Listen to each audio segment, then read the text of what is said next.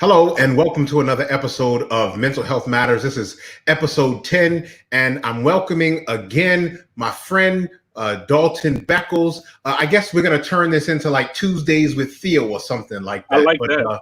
But Theo's back on today, and we're going to share just a little bit about developing self-esteem. So Theo, what did you want to share with the folk today as we talk about developing self-esteem?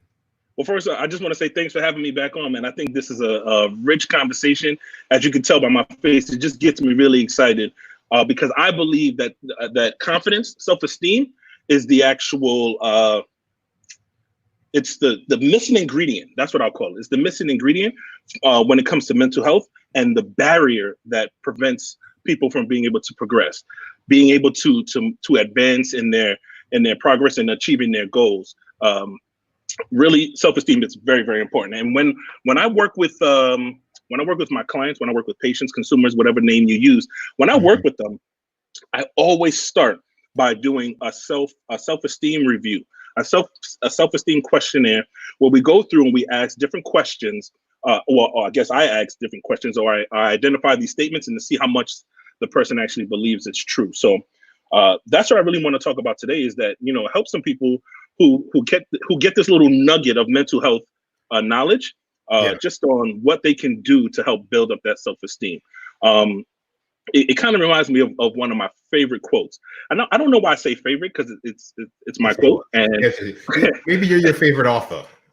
But it reminds me of that. Confidence shows when others believe in you, but confidence grows only when you believe in yourself. It's so important to people sometimes, like, when other people see you and people are cheering for you and rooting for you, you find yourself really, really kind of feeling a little bit more confident. That's why when you're watching a game and you hear that crowd and they're cheering, it helps to boost that self-esteem to let you know you can do whatever it is you're supposed to do. Yeah. What you don't realize is that it's temporary. But when you are the cheerleader for yourself, and you start to believe in your abilities and the potentials that you have, I can beat this anxiety. I can beat this depression. I can be happy again. And you start to work towards that. You feed yourself good, positive thoughts. It can really, really make a difference in how you progress in mental health, man. Yeah. What about this next one, man? Talk to us about this one. Oh, man. So this to me is where it starts. It's not what you said, but what I told myself that made the difference. Most of us, if not all of us, have either heard or taken something from someone that we should not have, without realizing that it wasn't what they said that made the difference. So you got to recognize, when I talk to you about confidence and self-esteem, and the same way you need to talk yourself up into that positive place, into a place of confidence, is the exact same thing on the negative side, where you can talk yourself into a negative place. And so that tends to happen very, very, very often. What happens is somebody says, oh, you're ugly. Oh, you're fat. You're, all these different things. And you then begin to believe it for yourself. Oh, I have a disability. Oh, I have anxiety, so I can't do this. Oh, I'm depressed, so I can't do this. No, it's not what they said. It's what they said that you said to yourself. Now you've taken their words and said, it's almost like you've gone through that kind of chain reaction. I'm ugly, I'm ugly, I'm ugly. Before long, you believe it, right? Yeah. But you don't believe it because they said it. You believe it because you said it. So the goal now is saying, if that's the case, right? Like I always say, negativity never needed your help. So if you already got somebody calling you ugly, you don't need to help them by saying, yeah, I'm ugly. You need to say, no, I'm beautiful. You need to believe it, that you're beautiful every single day until it's a reality. Because guess what? Somebody out there thinks you're beautiful. I don't think you ever heard this. Somebody may be blind. Crazy. But you heard somebody say, somebody loves you're crazy. I may not be attracted to it, but somebody does. So no, you can't look at everything in such a bad way and just be so negative. Come on, build up that self-esteem. They could be blind too. Yeah, hopefully. So what about this one? This is my favorite. Now, this time I promise you, this is my absolute favorite quote. Accept yourself before you look for acceptance from other people or from anyone else. By then, their acceptance will not matter. When you get to a place when you can build confidence within yourself, you will never look to anybody else for it. Right now, most of us are struggling because we're looking to other people to fill that area. Oh, my mother passed away, my dad passed away, that was my rock. That's, Big Mama passed. Listen, you need to learn to accept yourself. You need to learn to like yourself. As you grow and develop, other people doing that won't matter. That's why the successful are successful, because they're not so concerned and worried about other people's opinions. You know whose opinion matters to them? Their own. Yep. All right, so walk us through these weekly check-in questions that you talked about building self-esteem. These weekly check-ins. Right. So it's very difficult.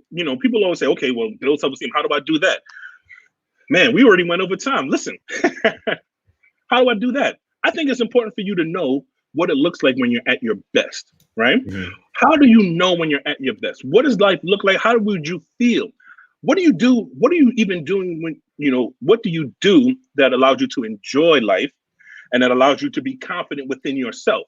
For some people, it's on the basketball court. For some people, it's gambling, which is probably not a good example. But these are the things that fill you and allow you to feel better about yourself when you know you can put your best foot forward. So then the question becomes, what are you doing in your life where you're putting your best foot forward? Is it your relationships? Is it your job? Is it your home? Is it your family? You have to start to do that. Start being your best self in all these different areas. Start now. And so in order to do that, you need to have a checklist, right? Let's take a look at the checklist real quick, right? Rate yourself in managing your finances. How did you do this week?